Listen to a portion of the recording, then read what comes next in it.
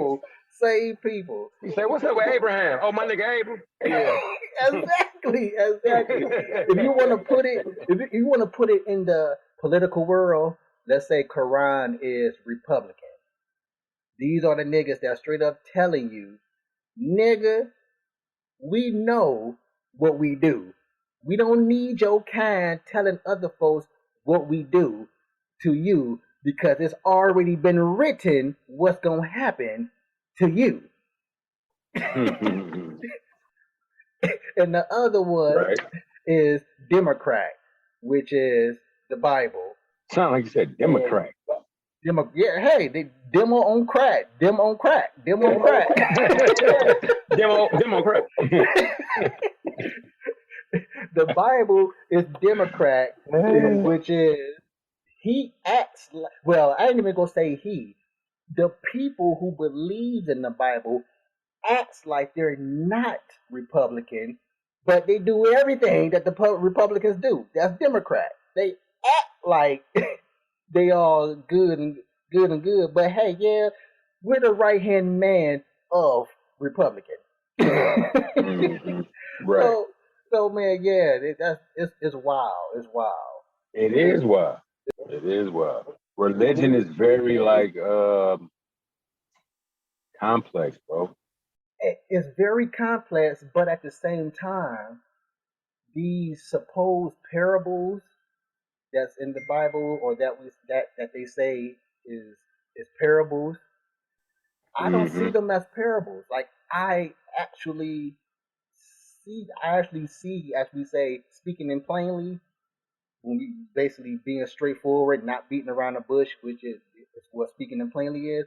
Like I don't see any parables. Like either I am able to understand the parables, or I've been bestowed with the Holy Ghost to deceive everybody like Jesus is doing, because Jesus states that he is speaking in parable on purpose. Or what did he say that? He said that on what? I forget which book in the New Testament, but it's either one of his disciples, which I call his goons, one of his goons, or somebody who came into a building where Jesus was at, and he asked him, "Why do you?" This can't even ask him a straightforward answer, and this is probably the most straightforward thing Jesus has said that I can just like pick out is that he asked, "Why do you speak to me in parables instead of plainly?" And Jesus told him, "To you I speak plainly. Outside I speak in parables because they don't know." I'm like, how do you know they don't know? You just out here acting like people don't know when this person you talking to is a people. Mm-hmm. Yeah. So people know. Exactly. So people know. And then on top of that, Jesus' disciples, and shoot, I'm listening to some of the Bible again within the last few days, and I'm at Leviticus, the beginning of Leviticus, and I'm like, you say you listening to the Bible? Yeah, I've been listening to the Bible to get a little bit of for today, to read up a little bit on today. Yeah. And I'm on Leviticus, which is the third book, and I'm like, my two main theories is so right there in their faces, which is the Bible is instructions. Instructions. People got to understand the emphasis on instructions on how to enslave. It's giving you instructions on how to enslave. And the other one is this supposed devil that's supposed to be real is he is impersonating God and or Jesus. And I say that because of the devilish things, the evil things that God is doing. And this is what I think is happening. The presumption factor. We've already been told what God, Jesus is prior getting grown and deciding for ourselves to read the Bible ourselves, to get our own perception on something. So when we do get grown and decide to read it, we already have a presumption on the entity God and Jesus.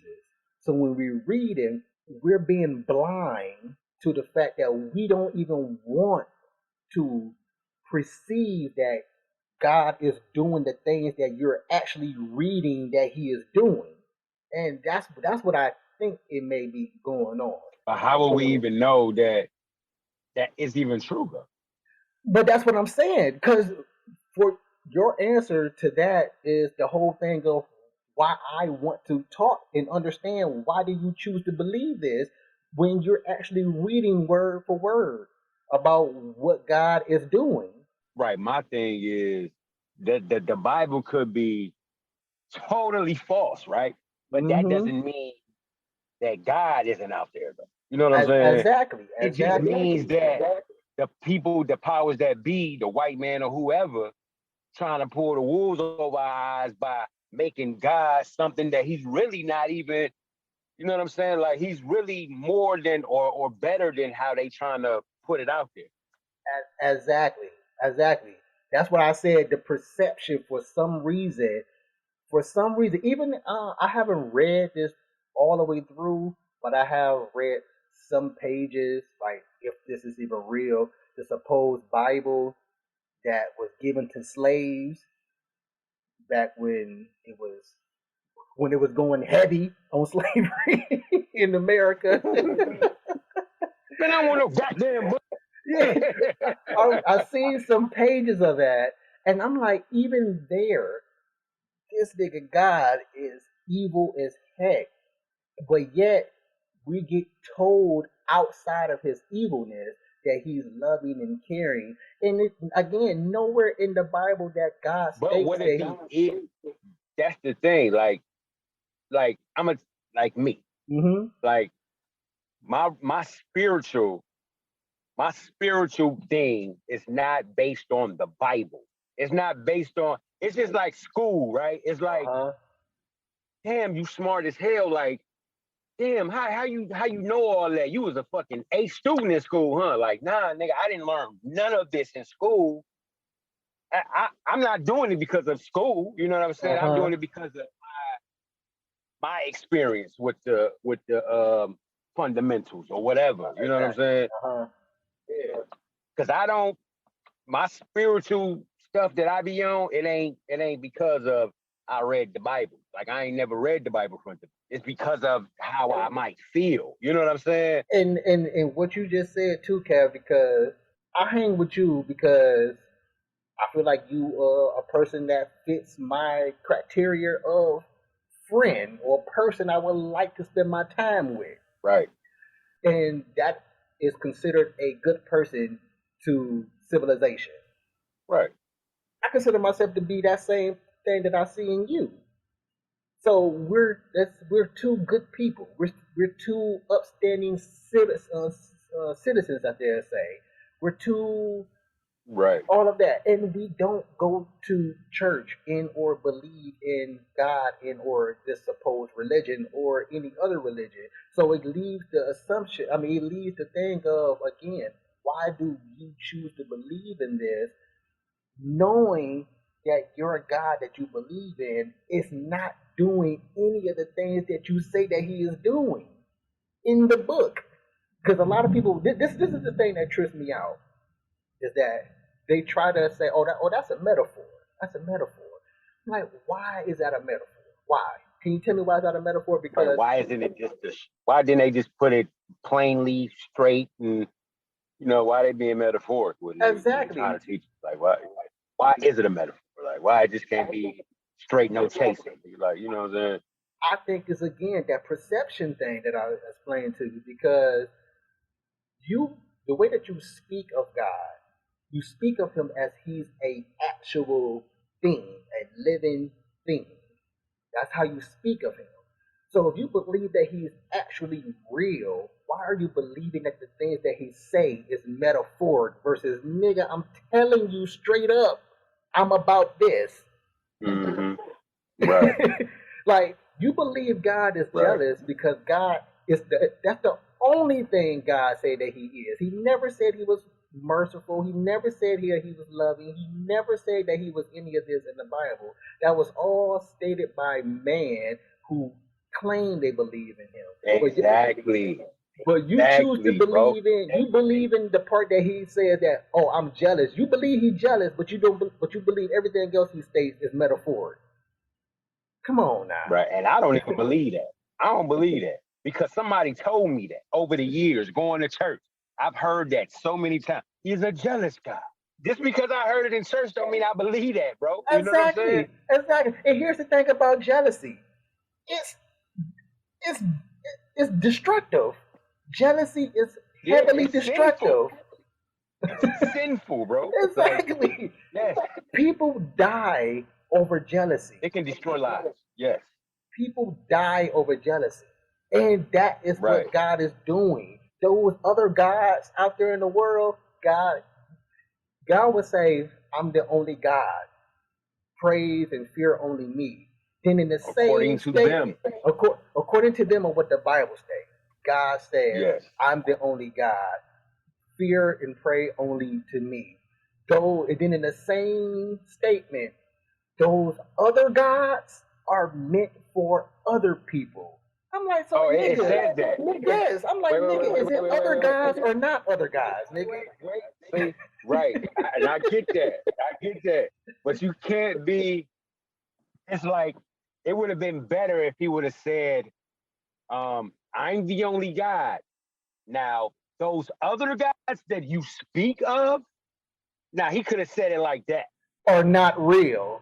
Exactly. That right, because that insinuates that what you talking about, nigga, it ain't hitting on nothing.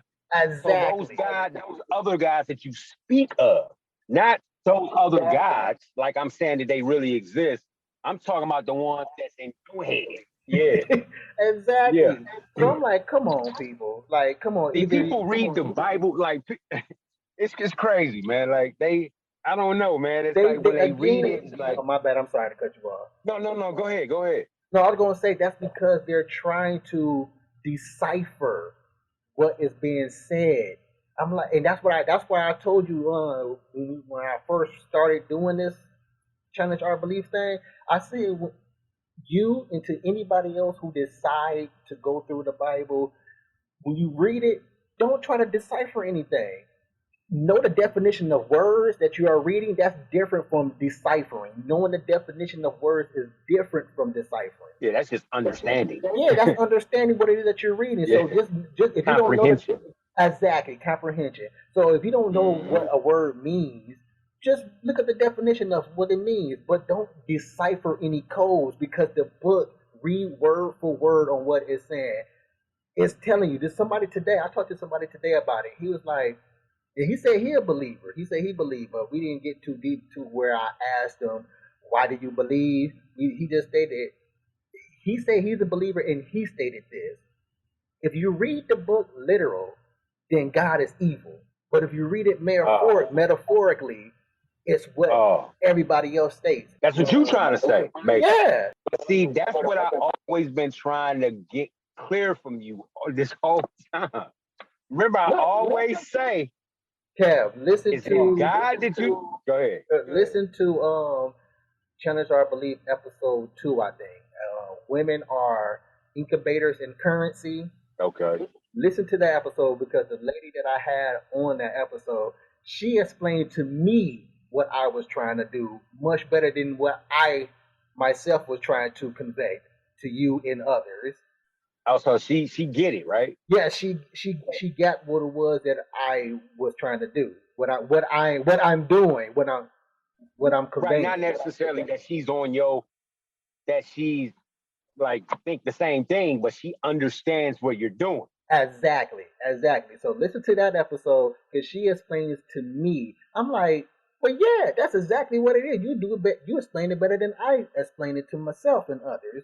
So listen to the episode. Women are challenge our beliefs. Episode 2. Women are incubators in currency, and that's actually even to this day. When I go to open mic, I state that I'm like, hey, I'm Rebel Jesus, and here's this piece, and Rebel Jesus is a mixture of my thoughts on Christianity and what we get told about Christianity in a nutshell. Right. And that's exactly what it is. If you read it literal, it'll wipe out